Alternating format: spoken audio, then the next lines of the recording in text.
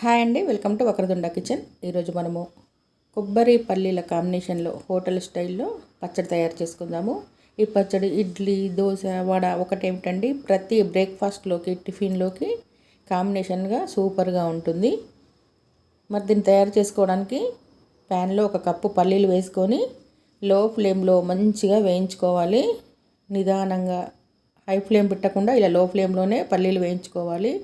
ఇలా వేయించుకుంటే లోపలి వరకు వేగుతాయి.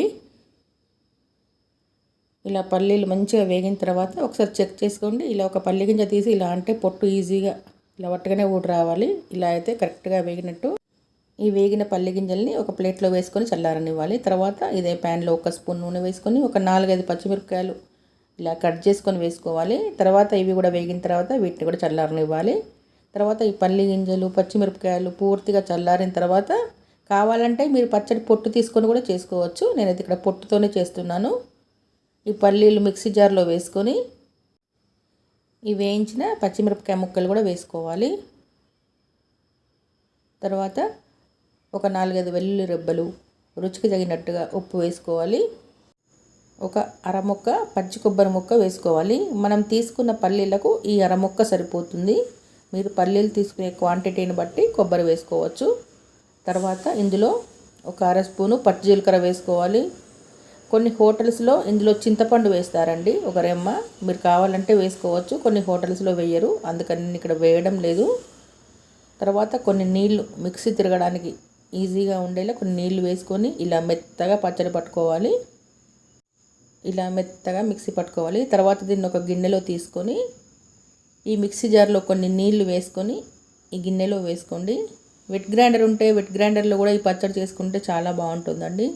మనం చేసుకునేది ఇండ్లలో కొంచెం క్వాంటిటీ కాబట్టి ఇలా మిక్సీలో చేసుకోవచ్చు. ఎక్కువ క్వాంటిటీలో చేసుకుంటే వెట్ గ్రైండర్లో చేసుకోవచ్చు. మీకు ఈ పచ్చడి ఎంత పల్చగా కావాలంటే అన్ని నీళ్లు వేసుకోవచ్చు, గట్టిగా కావాలంటే గట్టిగా కూడా ఉంచేసుకోవచ్చు, మీ ఇష్టాన్ని బట్టి.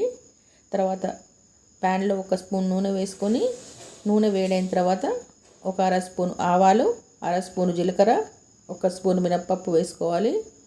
ఇవి వేగిన తర్వాత ఒక 2 ఎండుమిరపకాయలు వేసుకోండి.